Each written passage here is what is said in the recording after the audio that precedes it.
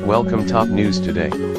Washington AP, Americans in states that Donald Trump carried in his march to the White House account for more than 4 in 5 of those signed up for coverage under the health care law the president still wants to take down.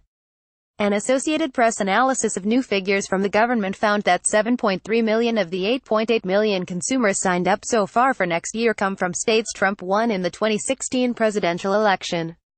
The 4 states with the highest number of sign-ups, Florida, Texas, North Carolina and Georgia, accounting for nearly 3.9 million customers, were all Trump states. There's politics, and then there's taking care of yourself and your family, said analyst Chris Sloan of the consulting firm Evalier Health.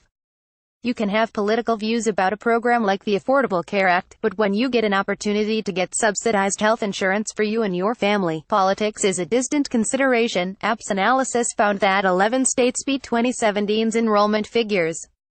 Of them, 8, Iowa, Kansas, Kentucky, Missouri, Nebraska, North Dakota, South Dakota and Wyoming, went for Trump, who posted double-digit victories in all but Iowa. To be sure, Trump states are also home to many people who voted for Democrat Hillary Clinton. But the APP's analysis points to a pattern of benefits from the health law in states the president won. The premium dollars have economic ripple effects, reimbursing hospitals and doctors for services that might otherwise have gone unpaid and written off as bad debt.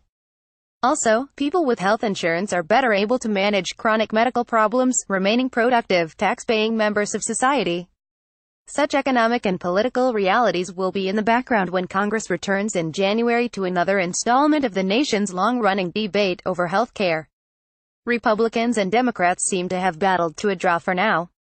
The year 2019, the effective date for repeal of the ACA's requirement that most people have coverage, is looking like a time of reckoning for the law's insurance markets, which offer subsidized private plans to people who don't have job-based coverage. Unexpectedly strong enrollment numbers announced this week for the 39 states served by the federal healthcare.gov website testified to consumer demand for the program and its guarantee that people with medical problems can't be turned away. Yet those numbers still lag behind last season's sign-up total. It's unclear what the final count for next year will be. Healthcare.gov numbers released Thursday are incomplete, and some states running their own insurance websites will continue enrolling people throughout January. Separately, actions by the Trump administration and the Gopal Congress are creating incentives for healthy people to stay out of the health law's insurance markets.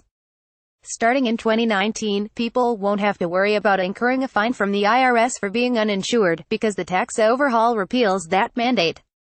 At the same time, the administration is taking regulatory action to open a path for the sale of low-cost insurance plans that don't provide the health law's benefits or guarantees. The real worry for me is what the health plans do, said Sloan. If they decide that without the mandate it's not worth staying in this market, you could end up with swaths of the country having no insurers. Bipartisan legislation to stabilize insurance markets is still alive in Congress, but its prospects are unclear. On Friday, Trump said he thinks repealing the mandate as part of the tax overhaul ultimately leads to the end of Obamacare. The president continued to ignore other parts of the law that remain untouched by the tax bill, including its Medicaid expansion benefiting low-income adults and the popular protections for people with pre-existing conditions. Others say a corner has been turned in the healthcare debate, but where it will end up is still uncertain. Former President Barack Obama's law is more durable and important to Americans in terms of getting affordable health insurance than even its advocates expected, said John McDonough, a professor at the Harvard Th. Chan School of Public Health, who served as an advisor to Senate Democrats during the ACA debate more than 7 years ago. With the end of the attempts to bring it down and to repeal it, perhaps there will be opportunities in the near future to try to actually build up and improve it, because it could use some work, he added. AP broadcast journalist Shelley Adler contributed to this report.